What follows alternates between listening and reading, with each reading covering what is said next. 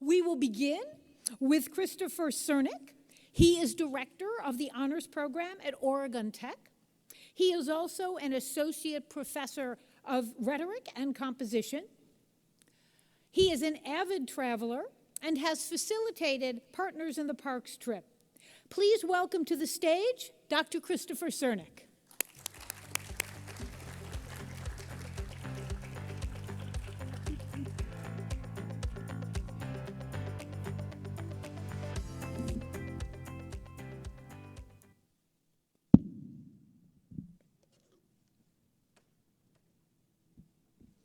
Good afternoon, everyone.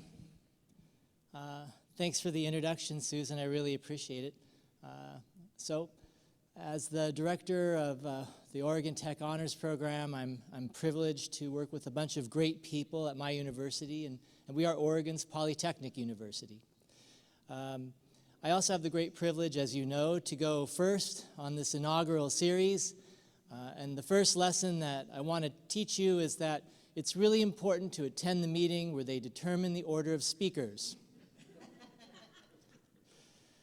So I've been working on this idea, and I'm hoping to share it with you, and then further that you get something out of it. The title of my talk today is Telling the Story of Honors Through Fractal Messaging.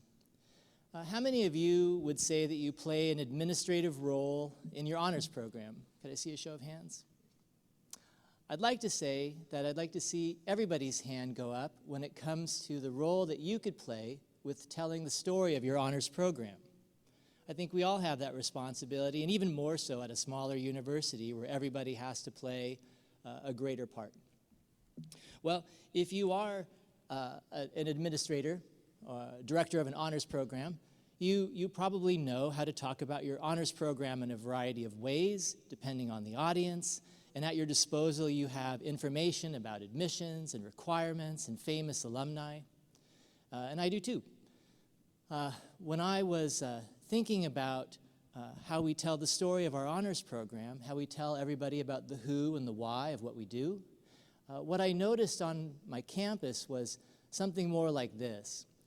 And this is a comic rendition of the classic 6 blindfolded philosophers encountering an elephant for the first time. Every one of the philosophers has a firm grip on part of the story, but nobody knows the whole story. It would be like wondering why Odysseus was trying to get home. Part of the story doesn't do it for us. So, for us, this became a classic scenario of why, what if, and how. Why are there these competing stories? What if we could find a way to help everybody tell the same story? How can we do this? I don't know about you and how you conceptualize ideas in your mind, but for me, it's kind of a conveyor belt sushi restaurant of ideas going by on little plates.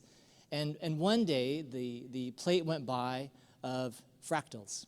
And I thought, why not fractals? So grab the plate. Fractals, if you don't know, are all around us. They're naturally occurring patterns in nature. They explain the way a coastline works by its area. You can witness fractals in the human lungs, how the alveoli branch out in an ever-repeating pattern. Tree branches grow in fractals, so do fern fronds. These are common. And we've known about fractals before we've known about fractals for a long time. There's a famous Japanese woodblock print called The Wave Off of Kanagawa by Hokusai. And in that, you see this classic wave. This is an Edo period wave, and the wave is comprised of little waves.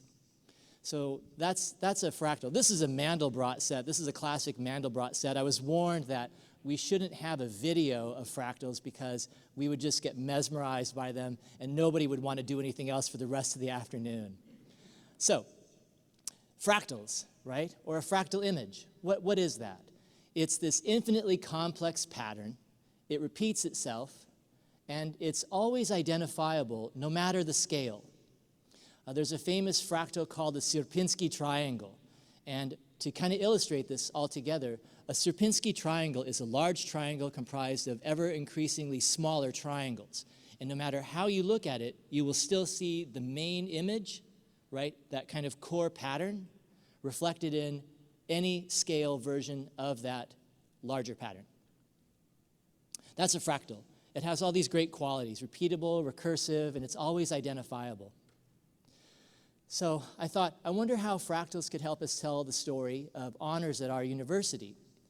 And what I noticed when I started to look around was this conceptual set of ideas, questions, and answers. If you've heard me talk about our honors program, we're all about ideas, questions, and answers, and when prompted, my honors program students know exactly what to say. If somebody says, hey, what is the Oregon Tech honors program about? And they will say, oh, it's about ideas, questions, and answers. And so I noticed that this was reflected in our curriculum, our slogan, any number of different materials that define us. So I got the idea, I wonder if I could figure out or take a lesson from fractals and how they work and come up with some type of fractal message. So if there's a fractal image and it is dependent upon the repetition of a core pattern, I thought a fractal message might be dependent upon the repetition of a core idea. And for us, that core idea set is ideas, questions, and answers. Now, you know, we've been actually working on this for a while. I've been thinking about this for a little while, and I have a small boast that I'll make good on by the end of this talk, right? So we have our core idea of ideas, questions, and answers, but I can also do it in 3 letters. So that's getting it down to the smallest, I think, scale that we can recognize. But I'll get to that. So I thought core image, core message, core pattern, core idea. Wouldn't it be great if we could discover that for our honors programs to help people think about and then tell more accurately and consistently the story of who we are and what we do in our honors program? Well, why do this? So you might be thinking, that seems like a lot of work, looking at all of your materials, trying to talk to everybody and figure out what can be done to ensure this greater consistency. But I think if you do, right, if you can reflect on this and figure out what this core idea is for you, in a nutshell, you'll have greater program coherence and consistency. You'll have a more defined and understood philosophy, and everybody will understand what you do, who you are. How do you do this? Well, it's pretty simple, right? We've been talking to everybody on our campus, asking them about what they understand about us, and then engaging them in conversations, which is what we do really well in honors. We engage in great conversations. And I discovered the discrepancies, the differences, and where those originated from, and it gave us a chance to have a conversation about what honors could mean to our campus and why it's important. And I think everybody felt more included. They didn't feel like they had to make up the story because now they understood it. They understood the secret. Ultimately, you get to decide what matters for your program. So if you can come up with that core idea for this fractal message, then you can have a more, as I said, coherent and consistent version of your program, a philosophy and a story ultimately that everybody understands. So this is why in the Oregon Tech Honors Program, we never talk with our students about IQ. However, we are always talking about IQA, ideas, questions, and answers. And that's the 3-letter version of what we can do as a whole. Thank you for listening today.